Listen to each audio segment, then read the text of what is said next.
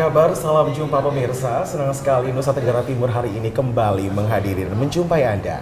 Ya, sejumlah informasi menarik dan teraktual dari berbagai daerah Nusa Tenggara Timur telah kami siapkan untuk Anda. Mengawali perjumpaan kita, berikut cuplikan berita utama. Bulog cabang Bajawa mendapatkan stok beras baru sebanyak 75 ton. Indonesia didaulat menjadi tuan rumah KTT ASEAN ke-42 pada Mei 2023 mendatang di Labuan Bajo.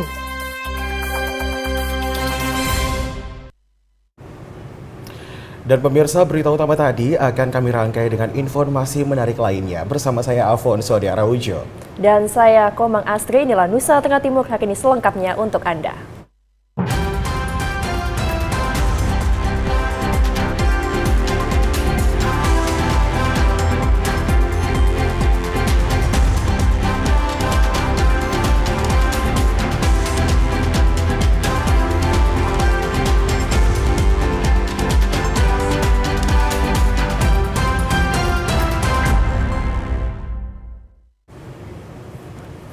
Pemirsa, berita utama pada hari ini, Bulog cabang Bajawa mendapatkan stok beras baru sebanyak 75 ton beras yang berasal dari Kupang.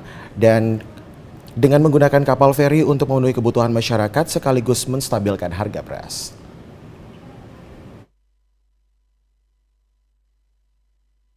Dampak dari cuaca yang mulai membaik dan dibukanya kembali penyeberangan pelayaran di Pelabuhan Aimere, pihak Bulog cabang Bajawa mendapatkan stok beras baru medium sebanyak 75 ton dengan menggunakan 4 kendaraan roda 6. Pembongkaran beras di gudang Bulog merupakan kabar baik bagi masyarakat yang saat ini masih mengalami kesulitan dengan mendapatkan beras dengan harga normal. Pantauan tim TVRI, harga beras masih tinggi, berkisar 14.000 sampai 15.000 per kilogram. Dengan kehadiran stok beras baru, pihak Bulog cabang Bajawa akan melakukan operasi pasar demi menstabilkan harga beras dengan harga Rp9.400 per kilogram. Selain mendapatkan stok beras baru melalui Pelabuhan Aimere, pihak Bulog cabang Bajawa juga memperoleh jatah beras dari Kupang melalui Pelabuhan Ende sebanyak 150 ton yang sedang dibongkar di dermaga Ende untuk memperkuat ketersediaan beras bagi masyarakat Kabupaten Ngada dan Kabupaten Nagikeo. Kepala Bulog cabang Bajawa, Elita Mautang menjelaskan bahwa kehadiran stok beras baru di gudang Bulog cabang Bajawa merupakan langkah penting dalam memenuhi kebutuhan masyarakat serta menstabilkan harga di pasaran yang masih tinggi dengan melakukan operasi pasar sampai ke tingkat desa dan kelurahan. Ini kurang lebih 75 ton dan diperuntukkan untuk operasi pasar. Karena berasnya jenis beras medium, jadi diperuntukkan untuk operasi pasar, kemudian untuk sebagai stok CBP dalam rangka penanganan bencana alam, kemudian maupun untuk pelayanan TNI Polri. Kira-kira 1 per kilo nanti dilepas di pasar harganya berapa? Kami untuk kegiatan pasar murah ke tingkat desa sampai kelurahan itu dijual dengan 9.400 per kilo. Sementara sudah sandar, kapalnya sudah sandar di Pelabuhan Ende. Harusnya hari ini pembongkaran, tapi karena ada kendala pada derek, sehingga harus terhenti sementara. Total keseluruhannya berapa ton tercapai? Yang masuk di ND itu 150 ton. Untuk masyarakat Kabupaten Ngada, kami menghimbau agar tidak panik buying karena stok Bulog ini selalu tersedia dan kami akan bekerjasama dengan pemerintah daerah melakukan operasi pasar dan pasar murah sampai ke tingkat desa dan kelurahan. Elita Mautang sangat berharap agar cuaca semakin membaik dan musim tanam kali ini bisa berjalan sesuai dengan rencana sehingga musim panen nanti ketersediaan beras lokal oleh Bulog mampu mencukupi kebutuhan masyarakat sehingga tidak terjadi lagi lonjakan kenaikan harga beras. Dari Kabupaten Ngada, Lexi Nunu, TVRI melaporkan. Ya pemirsa, jelang Hari Raya Lebaran, harga beras Labuan Bajo, Kabupaten Manggarai Barat naik 3 kali lipat dari harga biasanya.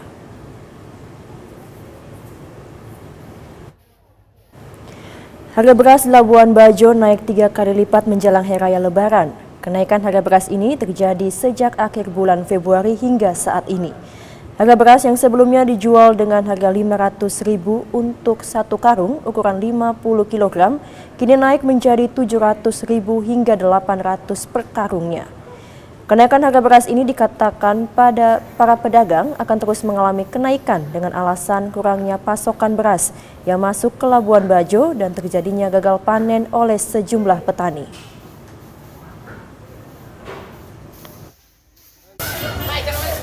Harga beras sekarang 700 per karung, 14.000 per kilonya. Kalau dari yang Bapak kesini berapa biasanya? Yang pas dibeli itu berapa? Standar paling bawah 600 yang dari kampung dong, tapi berasnya belum bersih. Yang 700 tadi itu beras sudah bersih. Nah, dan kalau kami yang ambil di Lembor, ya lebih sedikit dari 600. Tapi belum hitung kendaraannya dari atas. Berarti ongkosnya juga sudah naik? Naik ongkos dari 10.000 naik ke 20 per karung. Kecuali kalau kita pakai umpamanya pakai oto, kalau muat berasnya 100 karung kita bisa nego jadi 1.500.000, berarti nilainya 15.000. Kalau hanya muat sedikit tetap patokannya pada 20, Pak.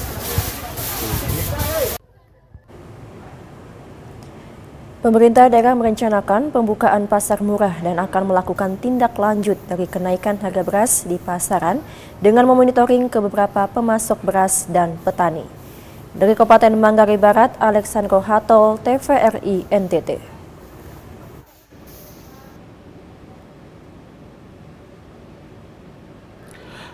Provinsi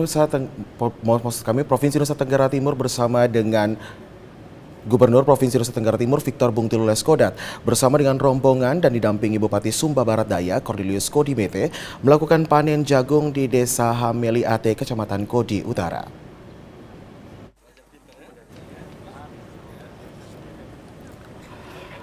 Kepala Dinas Pertanian Kabupaten Sumba Barat Daya Yohanes Frin Tuka mencatat luas tanam jagung yang dikembangkan melalui program tanam jagung panen sapi atau TJPS di Kabupaten Sumba Barat Daya tahun 2023 mencapai seluas 41,245 hektar. Ia mengatakan hal itu berkaitan dengan pengembangan tanaman jagung di Kabupaten Sumba Barat Daya yang merupakan program strategis Gubernur Nusa Tenggara Timur.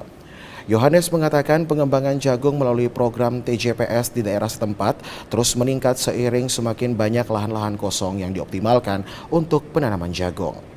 Yohanes mengatakan luas lahan produksi jagung yang terus bertambah menunjukkan kerja yang baik dari semua pihak baik pemerintah dan petani untuk meningkatkan perekonomian petani melalui produksi jagung. Namun ia berharap bantuan mesin pengering dari Gubernur Nusa Tenggara Timur seiring dengan meningkatnya produktivitas tanaman jagung di Kabupaten Sumba Barat Daya. Saat ini Kabupaten Sumba Barat Daya hanya memiliki 1 unit mesin ultraviolet dryer yang hanya menampung 20 ton dalam sekali panen. Sementara saat ini musim hujan, produktivitas petani meningkat. Kami berharap ada bantuan untuk para petani mendapatkan UV dryer ataupun pengeringan yang lebih kapasitasnya lebih besar. Di samping itu kaitan dengan perbenihan jagung, kami bekerjasama dengan PT Bunga Tani Lestari mengembangkan penangkaran jagung hibrida seluas 30 hektar. Dalam kesempatan itu, Gubernur NTT Victor Bungtilu Leskodat berjanji akan memberikan bantuan alat pengering jagung yang akan ditempatkan di Desa Hameli Ate guna mengeringkan jagung pasca panen. Adanya alat pengering itu diharapkan produksi jagung para petani aman dan awet dan tidak cepat busuk karena langsung dikeringkan setelah panen. Karena itu saya bangga hari ini melihat bagaimana Kodi di tempat-tempat lain di Laura yang dulunya masih kosong perlahan-lahan mulai ikut. Pak Bupati bahwa dengan panen bulan begini kita kekurangan untuk alat untuk pengering selo saya akan menyiapkan setelah pulang dari sini untuk menyiapkan satu selo ada di Sumber Daya, khususnya di Kodi, untuk nanti panen jagung yang banyak itu kita mampu terapi sehingga musim apapun tidak masalah karena kita punya selo sendiri. Dan pemerintah daerah diminta terus untuk mendorong para petani untuk menanam jagung. Dari Sumba Barat Daya, Freddy Ladi, TVRI NTT. Sementara itu pemirsa, para petani di beberapa wilayah Kabupaten Sumba Barat Daya telah melaksanakan panen padi dengan hasil mencapai 5 ton.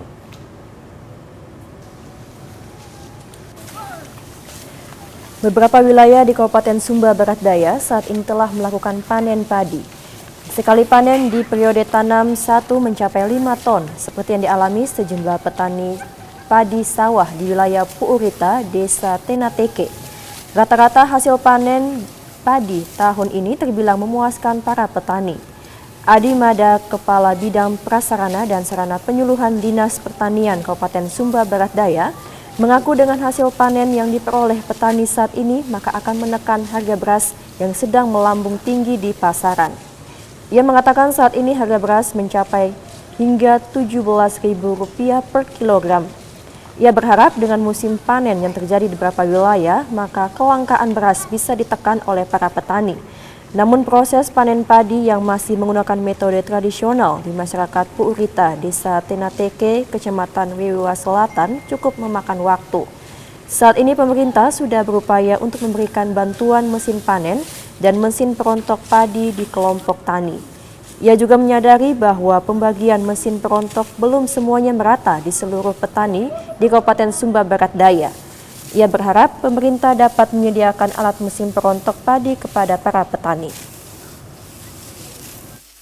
Kendala yang kami alami di tingkat petani yang coba kami identifikasi, salah satu hal itu adalah soal alat pasca panen ya. Alat pasca panen masih sangat terbatas karena petani masih menggunakan cara tradisional, misalnya dengan cara injak ya. Padahal sekarang dituntut dalam rangka efisiensi dan efektivitas hasil pasca panen, itu salah satu caranya adalah dengan menggunakan alat pasca panen seperti perontok ya, perontok. Nah, tidak sekedar efisiensi dan efektivitas saja, tetapi kehilangan hasil itu bisa diminimalisir dibandingkan dengan cara tradisional. Sementara itu, akibat ketiadaan mesin panen padi di wilayah Desa Tenateke, maka terpaksa para petani di wilayah Puurita hingga saat ini masih terus menggunakan cara tradisional. Padahal petani padi di Puurita merupakan penyuplai beras padi di wilayah Kabupaten Sumba Barat Daya. Dari Sumba Barat Daya, Freddy Ladi, TVRI NTT.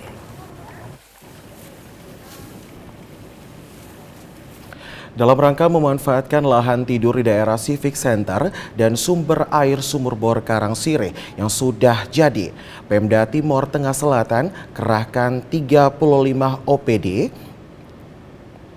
bersihkan lahan Civic Center untuk persiapan pengembangan tanaman jagung dan hortikultura untuk mengatasi krisis pangan.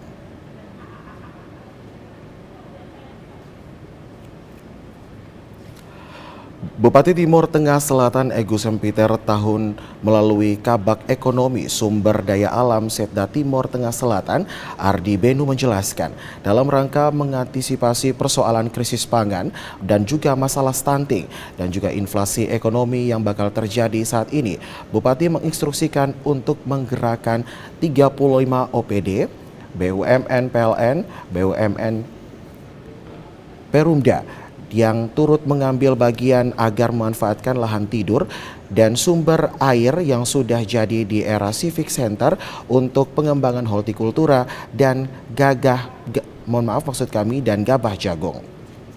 Tampak seluruh karyawan dari 35 OPD maraton sejak membersihkan area kebun sebagaimana dikapling Dinas PRKP Kabupaten Timor Tengah Selatan. Dan untuk diketahui rencana pembangunan hortikultura ini anggaran swadaya tanpa menggunakan APBD Timor Tengah Selatan. Dengan pemanfaatan lahan untuk mengantisipasi krisis pangan juga dengan antisipasi stunting dan kemiskinan ekstrim juga inflasi, maka sudah termanfaat 54 hektar dari kurang lebih 35 OPD dan ada kurang lebih 5 SMA di Kota Soai ini untuk pemanfaatan tanam jagung. Itu 52 hektar dari 200 sekian hektar. Kemudian sisa yang ada sekarang ini untuk penanaman hortikultura menindaklanjuti instruksi Bapak Bupati, maka kemarin Dinas PKP telah melakukan pengukuran lagi, maka didapatkan 11,4 hektar. Nah, 11,4 hektar ini sementara dibagi ke 35 OPD dan habis pemetaan ini kalau masih sisa akan diberikan lagi kepada BUMN, juga beberapa sekolah, bahkan masyarakat. Dari Timur Tengah Selatan, Evan Baitanu, TVRI NTT. Pemirsa, informasi selanjutnya dari Kabupaten Belu akan kami hadirkan usai jeda berikut. Tetaplah bersama kami.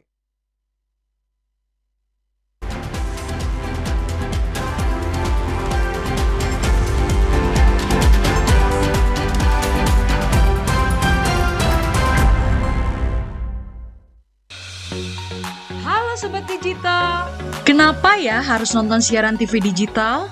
Walaupun sama-sama menggunakan teknologi digital, siaran TV digital tidak sama loh dengan TV streaming yang melalui internet, TV kabel, dan TV satelit. Siaran TV digital adalah bukan TV streaming yang menggunakan kuota internet, bukan TV kabel yang membayar iuran setiap bulannya, dan bukan TV satelit yang menggunakan antena parabola. Siaran TV digital itu gratis loh, masih menggunakan antena UHF biasa.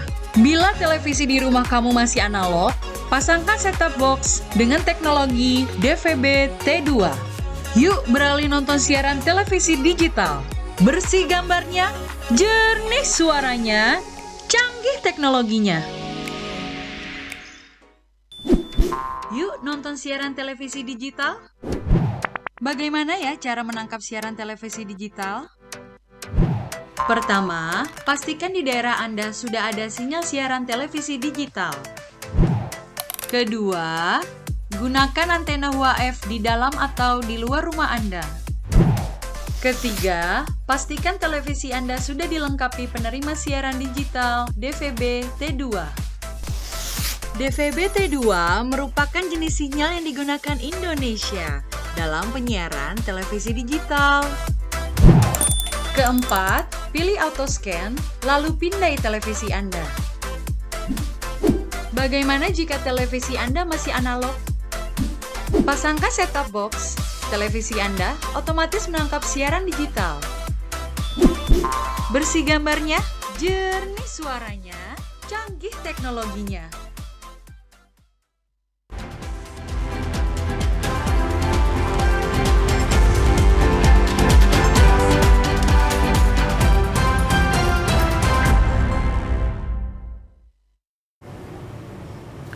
Pemirsa, terima kasih Anda masih bersama dengan Nusa Tenggara Timur hari ini. Kita beralih ke informasi selanjutnya, pemirsa.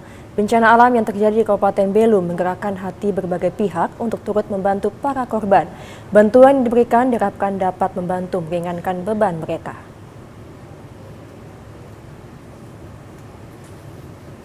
Bencana alam yang terjadi di Kabupaten Belu pada 28 Februari lalu mengakibatkan ribuan jiwa menjadi korban yang terjadi di 12 kecamatan yang ada di Kabupaten Belu.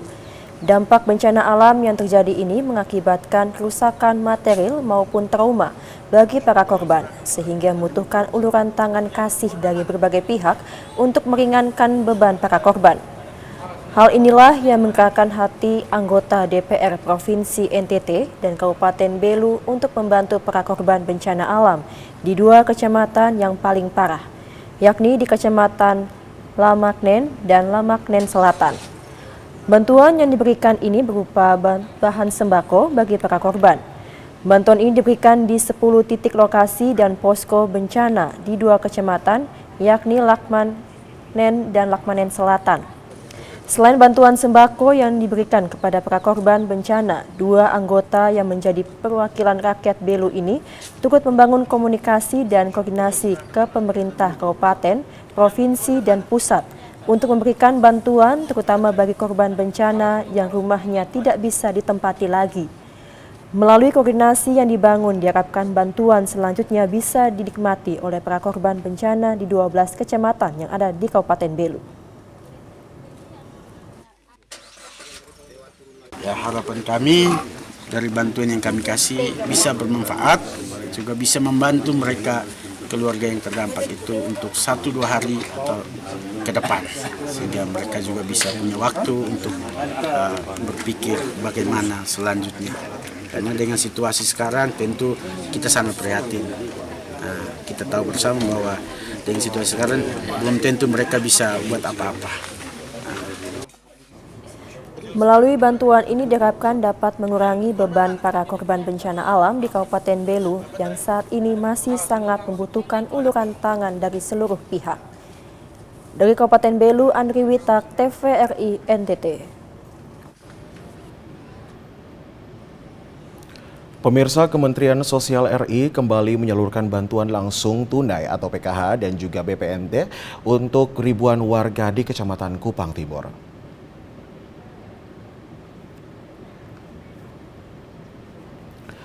Bantuan sosial program Keluarga Harapan atau PKH dan bantuan pangan non-tunai atau BPNT merupakan bantuan sosial reguler dari Kementerian Sosial yang disalurkan bagi keluarga kurang mampu atau keluarga miskin. Untuk tahun 2023 ini, bantuan ini sudah mulai disalurkan di Kabupaten Kupang. Seperti di Kecamatan Kupang Timur misalnya, bantuan PKH dan BPNT ini disalurkan bagi ribuan warga.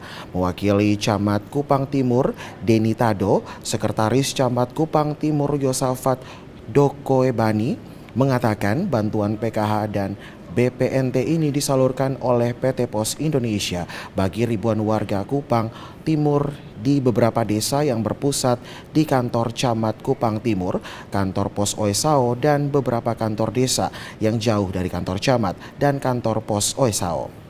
Adapun bantuan yang disalurkan adalah bantuan PKH tahap pertama tahun 2023. Bantuan PKH tahap pertama ini bervariasi sesuai dengan komponen yang ada di setiap kelompok penerima manfaat atau KPM. Yakni komponen balita dan ibu hamil menerima dana tunai sebesar Rp750.000, komponen anak SD sebesar Rp225.000, komponen anak SMP sebesar Rp375.000, dan komponen PKH bagi anak SMA sebesar Rp500.000. Sementara itu, bantuan pangan non-tunai atau BPNT tahun 2023 disalurkan bagi warga untuk 3 bulan, yakni bulan Januari, Februari, dan juga Maret 2023. Dengan setiap keluarga penerima manfaat atau PKM penerima dana tunai BPNT sebesar Rp600.000.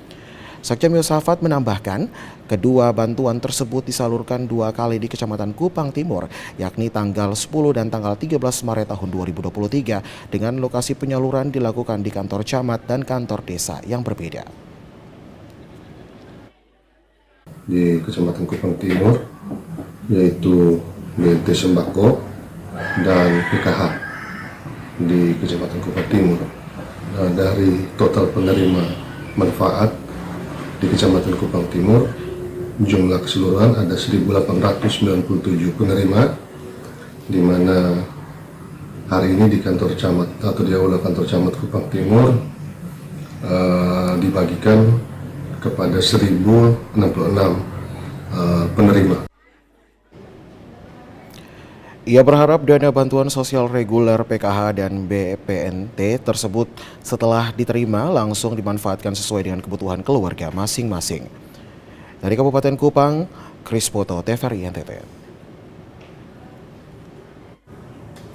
Pemirsa, semua puskesmas di Kabupaten Kupang telah melaporkan data hasil penimbangan pada bulan Februari 2023 lalu. Dengan demikian, pelaporan atau input data penimbangan ke EPPGBM sudah 100%.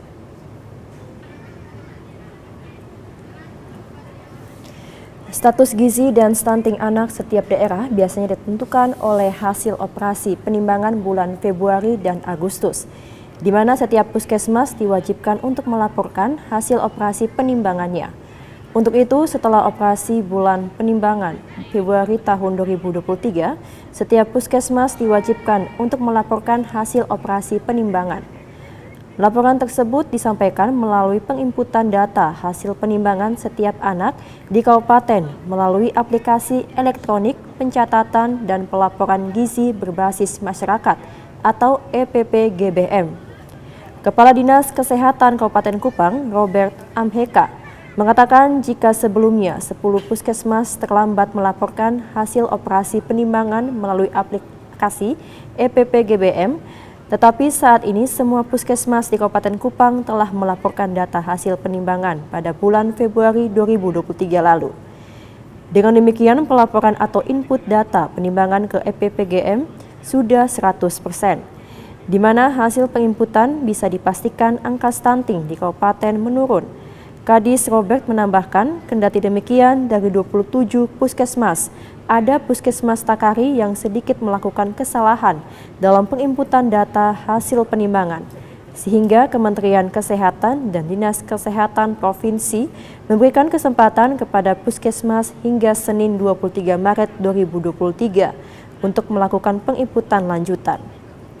Kendati demikian, hasil inputan dari satu puskesmas ini tidak merubah angka penurunan stunting dari hasil inputan data dari 26 puskesmas yang lain. BM ini semua puskesmas ada 27, 26-nya sudah 100%, di sini 88,4, total kabupaten 99,6, stuntingnya 50,51, 16,77. Moga-moga nanti dia selesai ini dia di angka 1688 ke 687, angka hoki. Dari 19,88 ke 168. 16,8. Kadis Robert berharap pada bulan penimbangan Agustus 2023 mendatang, angka stunting di Kabupaten Kupang akan berkurang hingga di bawah target dari pemerintah Provinsi Nusa Tenggara Timur. Dari Kabupaten Kupang, Kris Poto, TVRI NTT.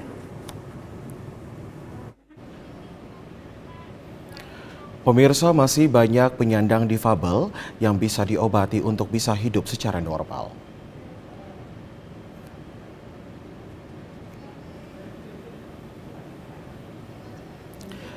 Sejak pemerintah mengeluarkan undang-undang tentang penyandang disabilitas atau difabel, para penyandang difabel tidak lagi dilihat sebagai objek, tetapi dilihat sebagai subjek. Tujuannya adalah agar para penyandang difabel tidak lagi dilihat sebagai objek yang perlu dikasihani, tetapi sebagai subjek yang bisa hidup normal dan juga mandiri. Untuk itu, terkait hal ini, saat melakukan kunjungan kerja di Sentra Eva Tanai Bonat Kabupaten Kupang, Menteri Sosial Tri Risma Harani meminta agar baik para pekerja sosial maupun masyarakat tidak lagi melihat penyandang difabel sebagai objek yang perlu ditolong, tanpa harus memikirkan bagaimana dia bisa mandiri. Untuk itu, Mensos Tri Risma Harani mengatakan, ketika seorang pekerja sosial bertemu dengan seorang difabel, jangan langsung berpikir untuk ditolong secara material, tetapi berpikir terlebih dahulu bagaimana caranya difabel itu harus mandiri. Mensos Tri Risma Harani mencontoh bagai seorang difabel netra yang jangan langsung divonis netra, tetapi dipikirkan apakah masih bisa diobati, karena mungkin masih ada sedikit peluang bagi seorang netra untuk sembuh. Karena kemungkinan seorang netra ada jenis katarak yang bisa dioperasi. Demikian juga seorang difabel rungu wicara perlu diperiksa apakah difabel tersebut masih bisa diperiksa dan diobati pendengarannya sehingga bisa mandiri. Demikian juga difabel daksa agar dipikirkan terapi dan berbagai upaya lainnya sehingga para difabel tersebut bisa hidup mandiri sebagaimana seperti masyarakat pada umumnya. Mereka ada disabilitas. Nah, kita maunya bantu, saya sampaikan udah kita tangani saja, karena kalau mereka juga mungkin kita kembalikan kepada orang tuanya, mereka tidak bisa mandiri ke depannya. Yang paling penting untuk saudara-saudara yang disabilitas itu mereka bisa mandiri. Jadi karena itu kenapa harus mandiri, karena tidak bisa selamanya mereka tergantung kepada orang tuanya atau saudaranya atau siapapun itu. Semaksimal mungkin. Nah, kalau yang tidak bisa baru harus kami tangani. Mensos Tri Risma Maharani berharap paradigma seperti ini harus dimiliki oleh para pekerja sosial dan juga masyarakat agar tidak lagi melihat seorang difabel sebagai objek yang harus ditolong secara material, tetapi dilihat secara subjek yang masih mampu untuk hidup mandiri dan berinteraksi seperti biasa. Dari Kabupaten Kupang, Chris Poto, TVRI NTT.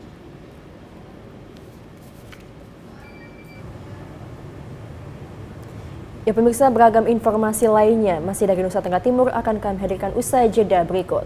Tetaplah bersama kami.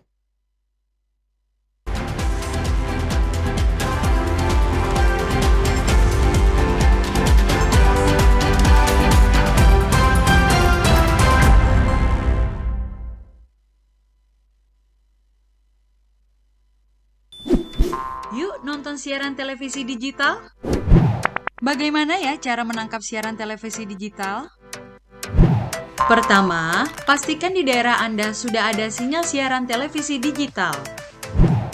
Kedua, gunakan antena UHF di dalam atau di luar rumah Anda. Ketiga, pastikan televisi Anda sudah dilengkapi penerima siaran digital DVB T2. DVB T2 merupakan jenis sinyal yang digunakan Indonesia dalam penyiaran televisi digital. Keempat, pilih auto scan, lalu pindai televisi Anda. Bagaimana jika televisi Anda masih analog? Pasangkan set-top box, televisi Anda otomatis menangkap siaran digital. Bersih gambarnya, jernih suaranya, canggih teknologinya. Kanan dikit. Geser lagi. Deso.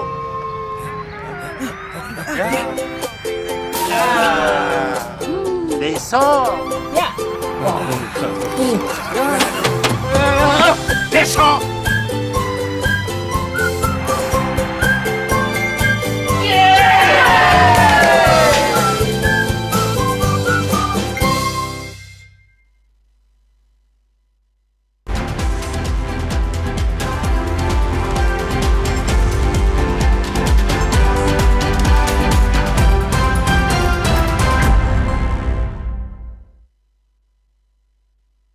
Pemirsa, terima kasih Anda masih bersama dengan Nusa Tenggara Timur hari ini. Kita beralih ke informasi selanjutnya. Pemirsa, Dinas Pendidikan Kabupaten Sumba Barat Daya belum mewajibkan seluruh satuan pendidikan di Kabupaten Sumba Barat Daya untuk menggunakan pakaian adat motif daerah untuk para pelajar dan pendidik.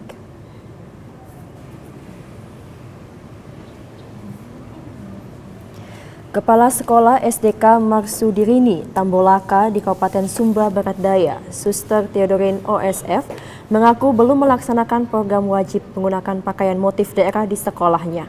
Karena saat ini orang tua siswa belum disosialisasikan terkait program tersebut.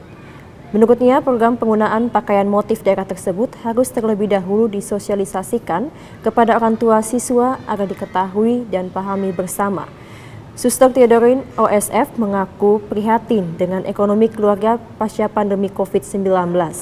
Akibatnya, ia masih menunggu di tahun ajaran baru untuk memulai menerapkan kebijakan penggunaan pakaian motif daerah di lembaga pendidikan Yayasan Marsudirini tersebut.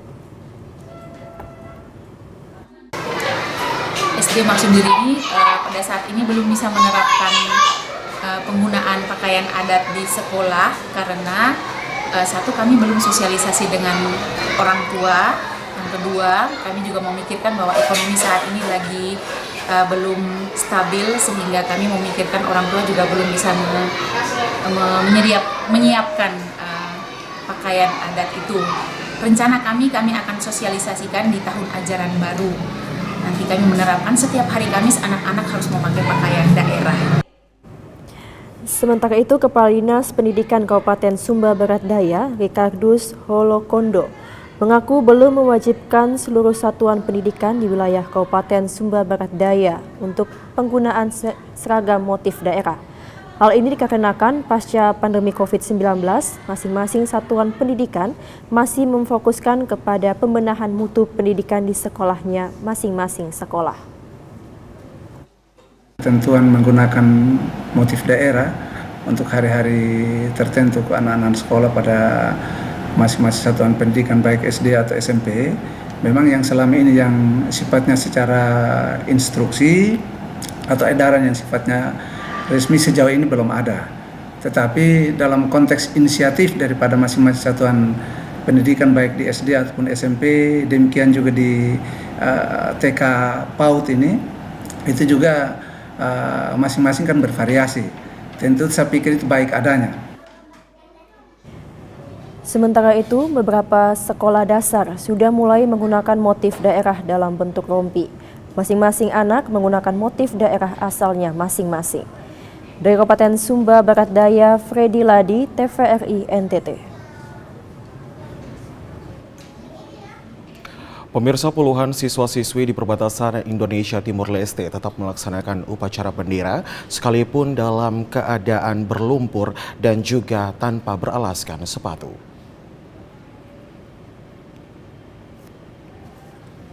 Beginilah kondisi pelaksanaan upacara bendera yang dilaksanakan oleh puluhan siswa-siswi di SDI Manulor, Desa Kewar, Kecamatan Lamaknen Selatan, Kabupaten Belu. Terlihat dalam video amatir ini, puluhan siswa-siswi mengikuti upacara bendera dengan kondisi tanah lapang yang digenangi air hujan tanpa beralaskan sepatu. Dengan kondisi serba kekurangan, puluhan siswa-siswi ini tetap melaksanakan upacara yang diikuti oleh para guru serta seorang personil TNI yang berlaku sebagai pembina upacara. Dalam upacara ini, para siswa diminta untuk terus meningkatkan rasa cinta terhadap tanah air, serta menanamkan nilai-nilai disiplin demi masa depan yang cerah. Untuk itu, para siswa-siswi diingatkan untuk tetap semangat sehingga masa depan mereka bisa dicapai sehingga bisa mengharumkan nama bangsa, terutama bagi penerus bangsa di wilayah tapal batas RI RDTL. Di akhir upacara bendera ini, puluhan siswa-siswi diberikan bantuan yakni peralatan tulis, sepatu, serta makanan tambahan untuk menunjang kegiatan pembelajaran di sekolah. SDI Manulor jarang melaksanakan upacara bendera karena cuaca hujan. Tetapi semangat saya untuk bertemu dengan Bapak Ibu guru dan anak sekolah sehingga kami bisa melaksanakan upacara bendera di hari Senin. Tujuannya untuk menanamkan rasa cinta kepada anak-anak, rasa bela negara, rasa cinta kepada negara. Apalagi SDI Manulor berbatasan langsung dengan tapal batas RI RDTL. Lewat upacara bendera ini, mental dan karakter para siswa terus ditanamkan tentang disiplin, cinta tanah air, serta mengamalkan nilai-nilai luhur Pancasila dalam kehidupan sehari-hari. Dari Kabupaten Belu, Andri Witak, TVRI NTT. Kita beralih ke Kabupaten Timur Tengah Selatan. Setiap sekolah dan guru perlu memikirkan metode pembelajaran agar mudah menumbuhkan iklim literasi di sekolah. Salah satu yang dilakukan SMP Kristen 2 Soe adalah menciptakan pohon literasi di tiap kelas.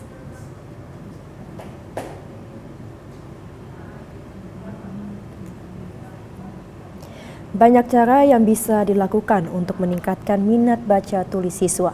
Semua metode yang dilakukan guru di sekolah semata-mata untuk menumbuhkan iklim literasi yang baik. Kepala SMP Kristen 2 Soe, Wasti Manau, mengatakan salah satu cara yang kini mereka terapkan adalah menciptakan pohon literasi di tiap kelas. Pohon-pohon literasi tersebut ditulis sendiri oleh para siswa, berupa kata-kata mutiara, niat atau cita-cita, juga kutipan ayat-ayat Alkitab. Pohon literasi yang dibuat ini menciptakan suasana belajar baru bagi siswa dan dinilai bisa memotivasi mereka dalam belajar. Selain menciptakan pohon literasi, pihak sekolah juga menyimpan beberapa buku bacaan di tiap kelas agar mudah diakses oleh siswa. Wasti Manao mengatakan mereka juga sedang berdialog dengan setiap orang tua murid untuk mengaktifkan kegiatan-kegiatan ekstrakurikuler.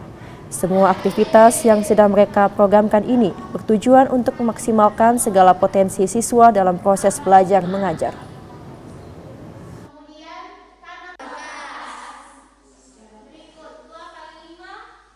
Untuk literasi ini, rencana kami memang sederhana, tetapi kami berpikir bahwa dampaknya sangat besar bagi siswa. Dan untuk literasi ini kami di setiap kelas selain ada pohon literasi atau pohon baca yang sederhana dibuat langsung oleh anak-anak, di sana ada ilmu-ilmu yang ditulis secara singkat digantung di pohon literasi, ada juga ayat-ayat kitab suci, ada juga motivasi hidup digantung dihiasi di pohon literasi. Kemudian ada juga buku-buku sederhana yang kami tempatkan di setiap kelas. Dari Kabupaten Timur Tengah Selatan, Amuga Lamauran, TVRI NTT. Pemirsa, salah satu komunitas pegiat seni menggelar lomba menggambar dan mewarnai dengan tujuan untuk mengekspresikan minat dan juga bakat anak.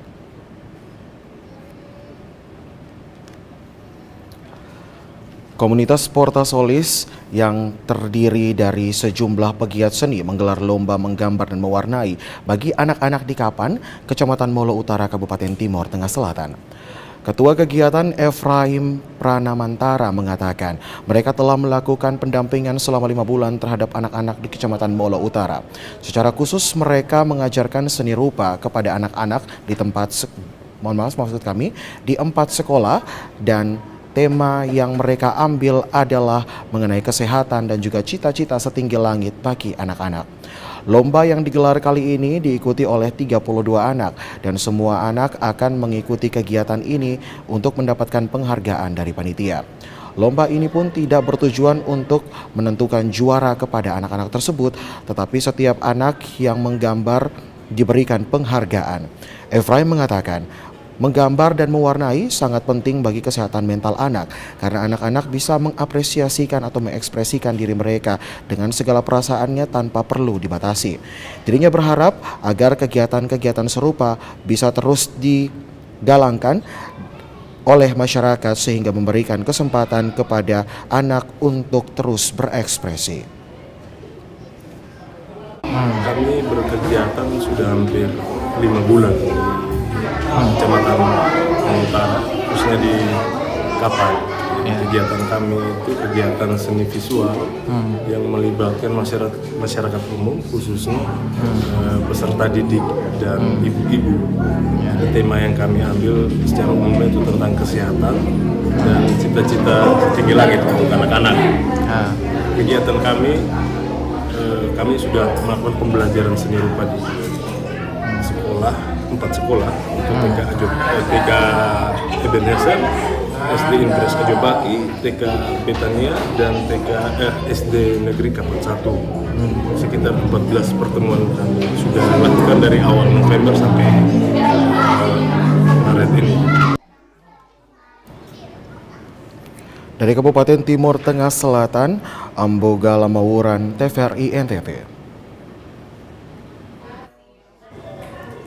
Pemirsa, menanamkan nilai demokrasi sejak usia sekolah sangat penting demi memberikan edukasi yang baik terkait perbedaan pilihan.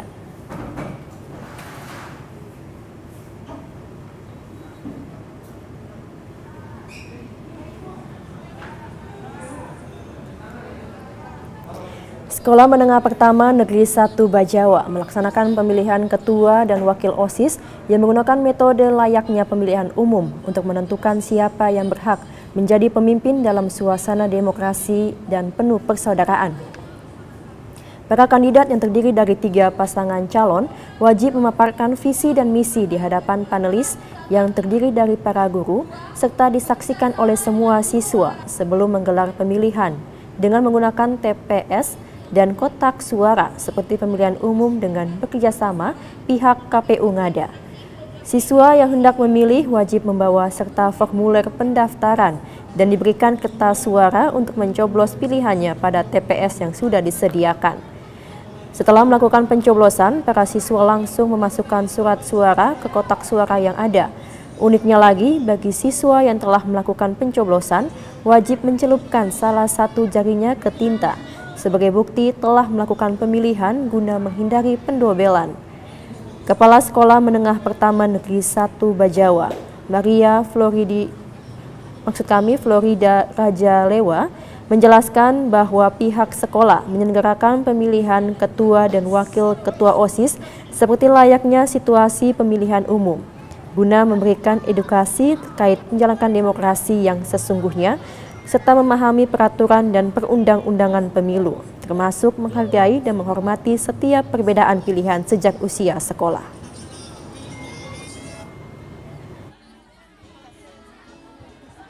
Itu nilai rasa tanggung jawab dalam arti kalau memang mereka sudah memilih salah satu paslon, mereka harus melihat kira-kira visi misi ke depannya seperti apa dan bisa menggugah teman-teman mereka supaya bisa meningkatkan mutu pendidikan dengan berbagai macam aktivitas yang dilakukan di sekolah ini. Yang kedua, tadi sudah disampaikan bahwa ada perbedaan. Perbedaan itu memang ada di lingkungan sekolah ini, tetapi anak-anak yang menjadi paslon, mereka tidak membedakan perbedaan itu, tapi mereka menyatukan perbedaan itu sehingga bisa membuat suatu demokrasi yang berwibawa yang bisa menularkan kepada teman-teman mereka atau ke masyarakat luas. Proses pembelajaran terkait demokrasi dalam pemilihan ketua dan wakil ketua OSIS mendapat pendampingan dan arahan dari wali kelas sembari menjelaskan tahapan pemilihan yang benar sebagai bekal di saat sudah memiliki hak memilih di pemilu nanti. Dari Kabupaten Ngada, Lexi Nunu, TVRI NTT. Pemirsa, Indonesia didaulat menjadi tuan rumah KTT ASEAN ke-42 pada bulan Mei tahun 2023 mendatang. Dan Labuan Bajo dipilih menjadi lokasi penyelenggaraannya. Sejumlah pembangunan dan penataan tengah dipersiapkan dan sudah mencapai 90%. Setelah menerima ketua ASEAN dari Kamboja ke Indonesia oleh Presiden Joko Widodo di Phnom Penh pada bulan November 2022 lalu, maka periode Indonesia menjadi ketua ASEAN dimulai sejak 1 Januari 2023 dan akan berlangsung selama setahun sampai dengan 31 Desember mendatang. Pemerintah Indonesia pun memilih Labuan Bajo, Kabupaten Manggarai Barat, Nusa Tenggara Timur sebagai lokasi penyelenggaraan KTT ASEAN yang akan berlangsung pada bulan Mei tahun 2023 mendatang, serta untuk meningkatkan promosi wisata yang saat ini tengah menjadi perhatian prioritas wisata internasional.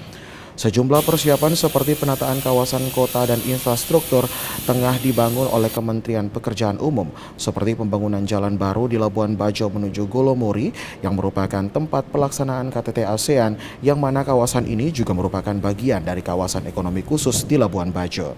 Sementara itu, untuk lokasi venue, rangkaian kegiatan konferensi tingkat tinggi ASEAN di Golomori saat ini telah mencapai 90%. Kawasan tersebut dilengkapi dengan beach club, observasi dek, dan dermaga kayu. ITDC sebagai perwakilan dari BUMN yang mendapatkan penugasan dalam hal ini untuk menyukseskan KTT ASEAN tahun ini. Kami saat ini tentunya sedang mempersiapkan dengan total ya Pak ya. Kami punya gedung MICE di Golomori dan ini akan menjadi area retreat dari kegiatan KTT ASEAN Summit ini. Nah, persiapan yang sudah dilakukan saat ini alhamdulillah sudah mencapai 90% pembangunannya dan insya Allah akan ready di bulan Maret. Dari Manggarai Barat, Alexandro, Halo TVRI NTT.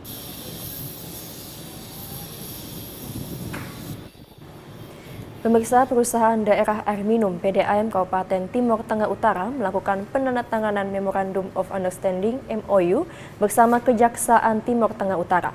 Terobosan ini dilakukan untuk mendapatkan pendampingan hukum dalam pelayanan kepada masyarakat. Kerjasama PDAM dan Kejari Timur Tengah Utara melalui penandatanganan nota kesepakatan bersama atau Memorandum of Understanding (MOU) tersebut, yaitu dalam bidang hukum perdata dan tata usaha negara. Menurut Kepala PDAM Tirta Cendana TTU, Boy Salasa, pendampingan hukum perlu dilakukan untuk meminimalisir terjadi permasalahan hukum dalam pengelolaan manajemen maupun pelayanan terhadap masyarakat.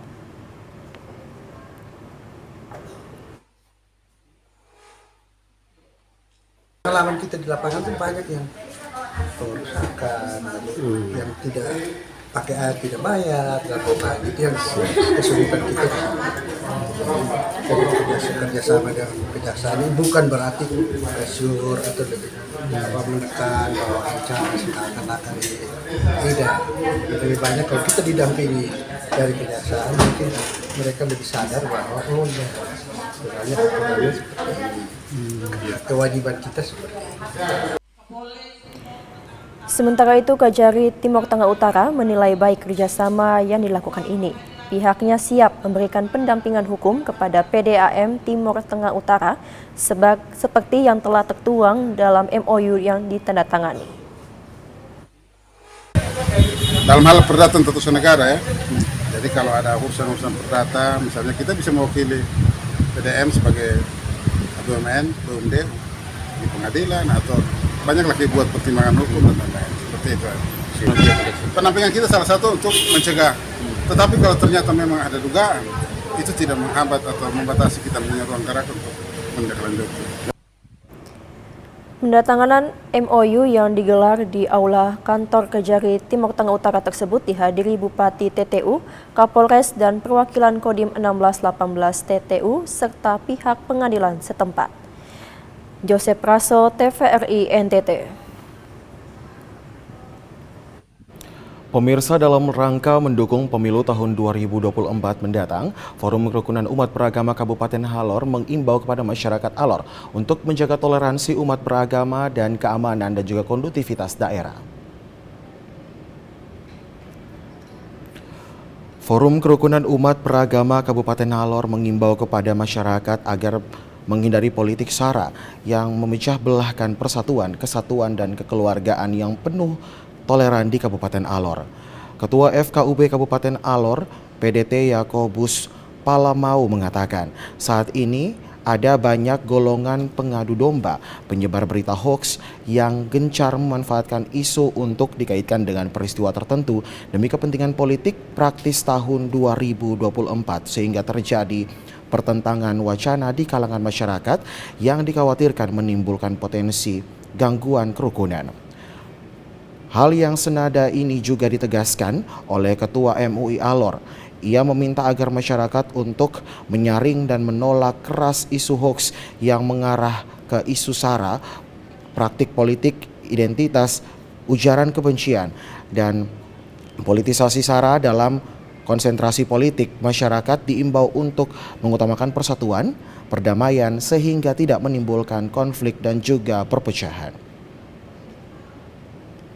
Dalam rangka mendukung pemerintah pusat menjelang pemilu 2024, saya mengajak masyarakat Kabupaten Alor, kita semua untuk menjaga toleransi antar umat beragama. Jangan sampai kita terprovokasi isu hoax di media massa, mendukung Polda Nusa Tenggara Timur dalam memelihara keamanan dan ketertiban masyarakat di Provinsi Nusa Tenggara Timur, khususnya kita di Kabupaten Alor ini. Lebih lanjut, pengurus FKUB Kabupaten Alor melalui perwakilan tokoh agama yaitu pastor, pendeta, dan ulama mengimbau dan mengajak masyarakat Alor untuk selalu membantu dan juga mendukung kepolisian daerah baik Polda NTT maupun Polres Alor dalam rangka menjaga situasi keamanan dan ketertiban masyarakat menjelang pemilu tahun 2024 mendatang. Dalam pemilu 2024, mengajak masyarakat Kabupaten Alor untuk menjaga toleransi antar umat beragama, jangan mudah terprovokasi isu hoax di media massa, mendukung Polda Nusa Tenggara Timur dalam memelihara Kamtibmas. Mari bersama bergandengan tangan menjaga Kabupaten Alor yang bertoleransi tinggi. FKP Alor juga melakukan imbauan moral jelang pemilu tahun 2024 dengan menggunakan pendekatan-pendekatan kearifan lokal di masyarakat kampung adat Takpala dan masyarakat umum. Dari Kabupaten Alor, Paul Asama, TVRI NTT.